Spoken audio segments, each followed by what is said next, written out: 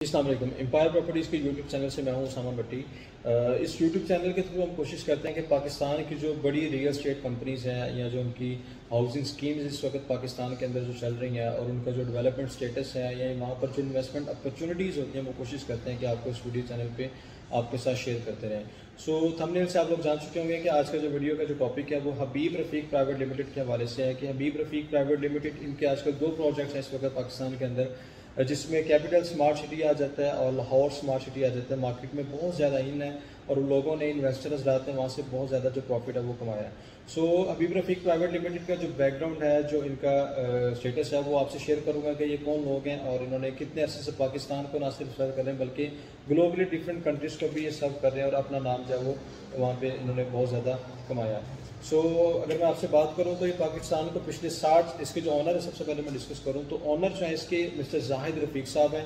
और पिछले 60 साल से पाकिस्तान को सर्व कर रहे हैं, जिसके अंदर डिफरेंट सेक्टर्स के अंदर सर्व कर रहे हैं, जिसमें पावर एंड एनर्जी है, केमिकल्स, पेट्रोकेमिकल्स हैं, ऑयल एंड गैस है, इन्वायरमेंट है, एयरपोर्ट एंड एविएशन के अंदर सर्व कर रहे हैं, वाटर रिसोर्सेज के अंदर, इंजीनियरिंग डिपार्टमेंट के अंदर ये सर्व कर रहे हैं, बिल्डिंग्स के अंदर ये सर्व कर रहे हैं। उसके बाद फिर ये रोड्स, हाउसिंग्स और इंफ्रास्ट्रक्चर अंदर बड़ी बड़ी जो है हाउसिंग स्कीम जिनको ये बना के दी है। सो अगर आज का जो हमारा जो टॉपिक है वो ओबियसली रियल एस्टेट है, तो मैं जो डिफरेंट है इनका जो अदर सेक्टर्स हैं उसकी तरफ नहीं जाऊंगा। मैं सिर्फ जो रियल एस्टेट के रिलेटेड जो इनके जो माजी में प्रोजेक्ट्स गुजर चुके हैं उसके वाले से डिस्कस करूंगा। तो जो करंट जो मैंने आपका डिस्कस किया कि लाहौर स्मार्ट सिटी और कैपिटल स्मार्ट सिटी उसकी कामयाबी की वजह क्या थी ये भी मैं आपसे शेयर करूँगा। सो बिल्डिंग्स के हवाले से अगर मैं बात करूँ तो इन्होंने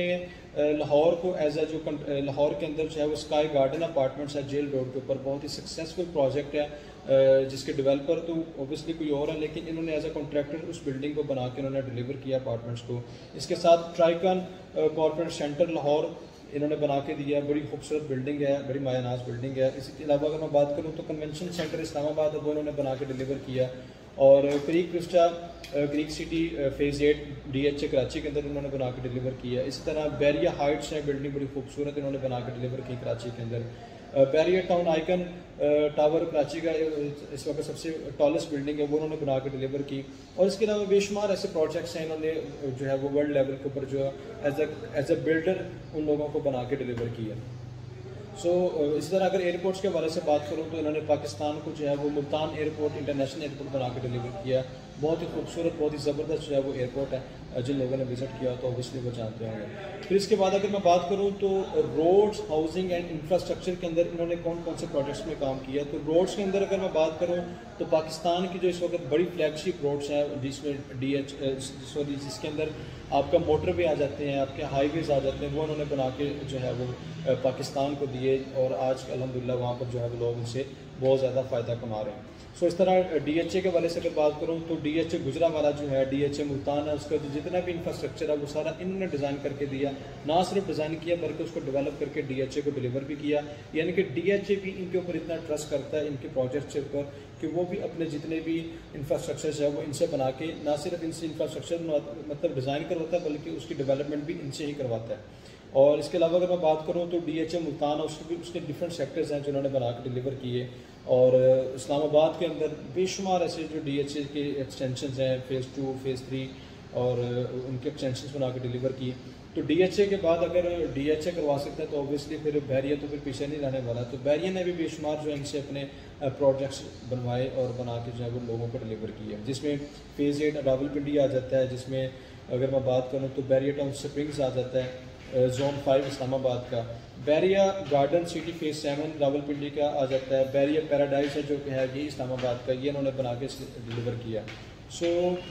और डिफरेंट इस तरह की जो ऐसी हाउसिंग स्कीम्स हैं जिन्होंने इनको यूज़ किया और इनको एज जो है वो अपना इंफ्रास्ट्रक्चर भी इनसे डिज़ाइन करवाया। और इसके अलावा अगर बात करूँ तो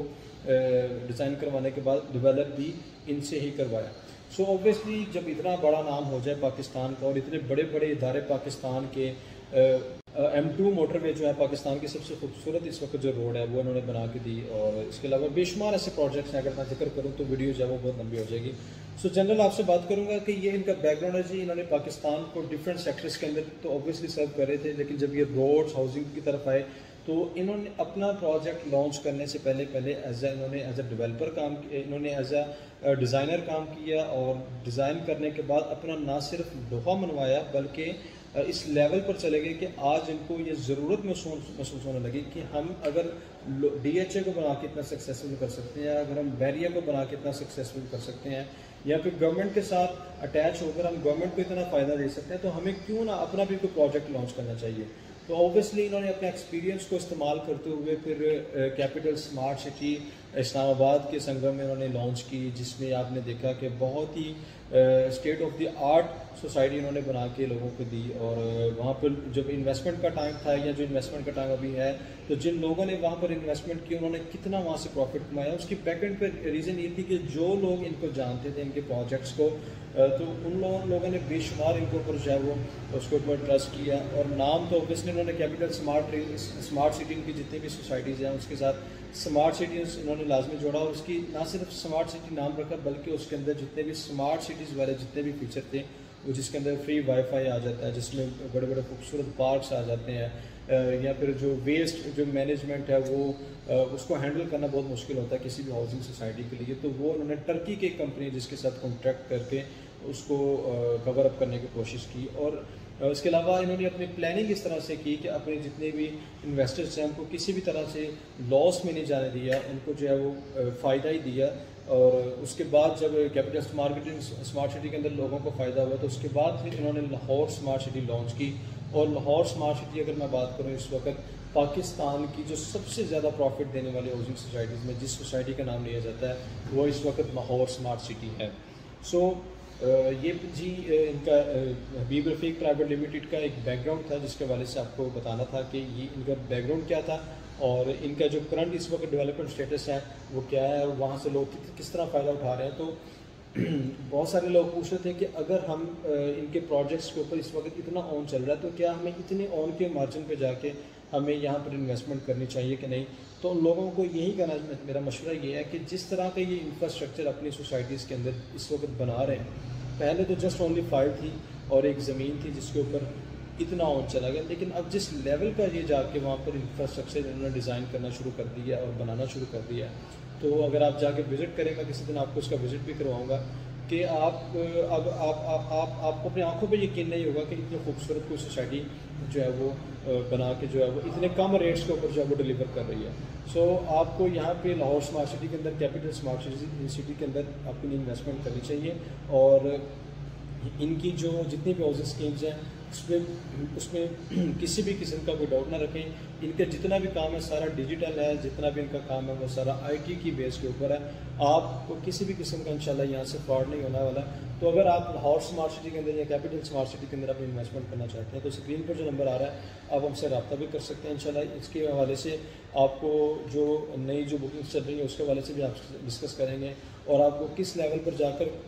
कौन सी फाइल खरीदनी चाहिए ये सारा आपसे शेयर करते रहेंगे। अपने मेज़बान को इजाज़त दीजिए, हमारे चैनल को जरूर सब्सक्राइब करें, वीडियो पसंद आती है तो उसको लाइक लाजमी कीजिए। बहुत शुक्रिया।